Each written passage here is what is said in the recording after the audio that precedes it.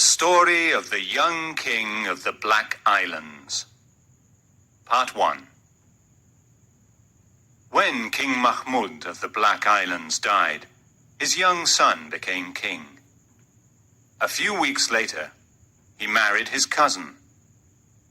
The young king loved his wife very much, and he thought that she loved him.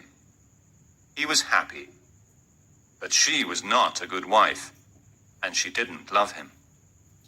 She also had magic powers. The king and the queen lived happily for 5 years. Then, one afternoon, the young king heard a conversation between 2 of his wife's maids. They didn't know that he was listening to them. It's sad that the Queen doesn't love the King, isn't it? One of them said. Yes, it is. The other maid replied.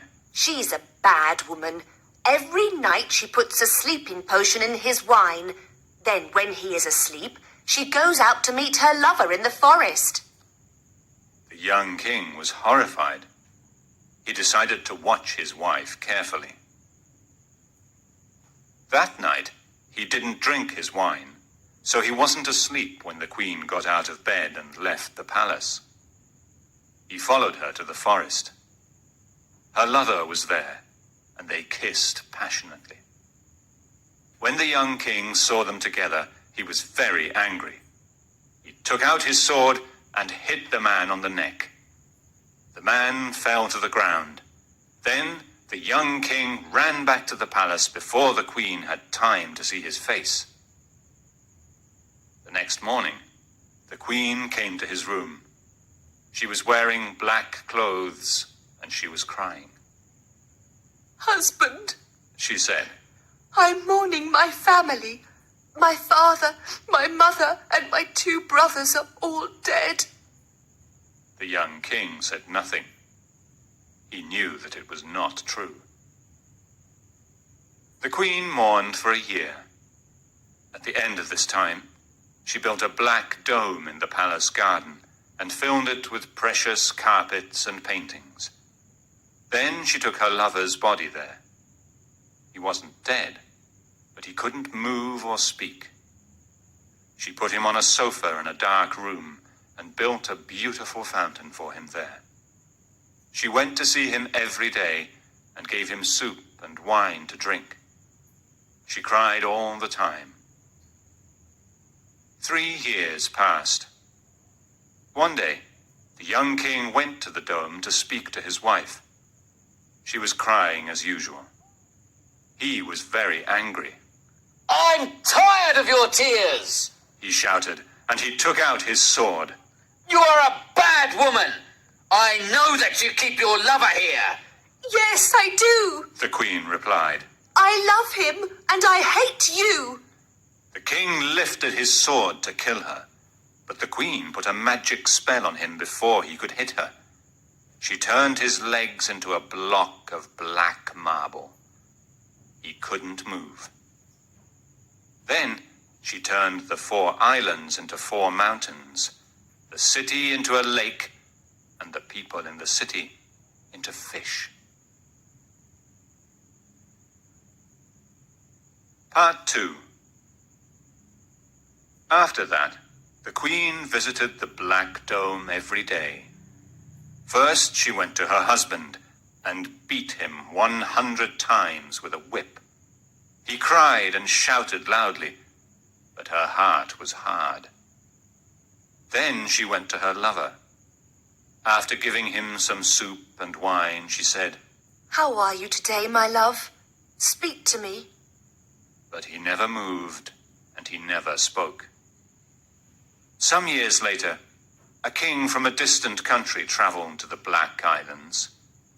He went in the Black Dome and found the young king. When he heard his story, he felt very sorry for him. He promised to help him. I have a plan, he said. The next day, the king went to the room where the queen's lover was. He killed him with his sword and threw the body down a deep well. Then he lay down on the sofa. Soon, the queen arrived. She went to her husband and beat him 100 times. After that, she went to her lover's room. It was dark, so she couldn't see the man on the sofa very well. How are you today, my love? She said. Speak to me. The king answered, I'm very tired. When you beat your husband, he shouts very loudly, and I can't sleep. Take the spell off. I don't want to hear him anymore. The queen was very happy to hear her lover's voice again. She said, I'll take the spell off immediately, my love. She went back to her husband's room and took a cup of water which she heated on a fire. Then she said some magic words and threw the water over the block of marble.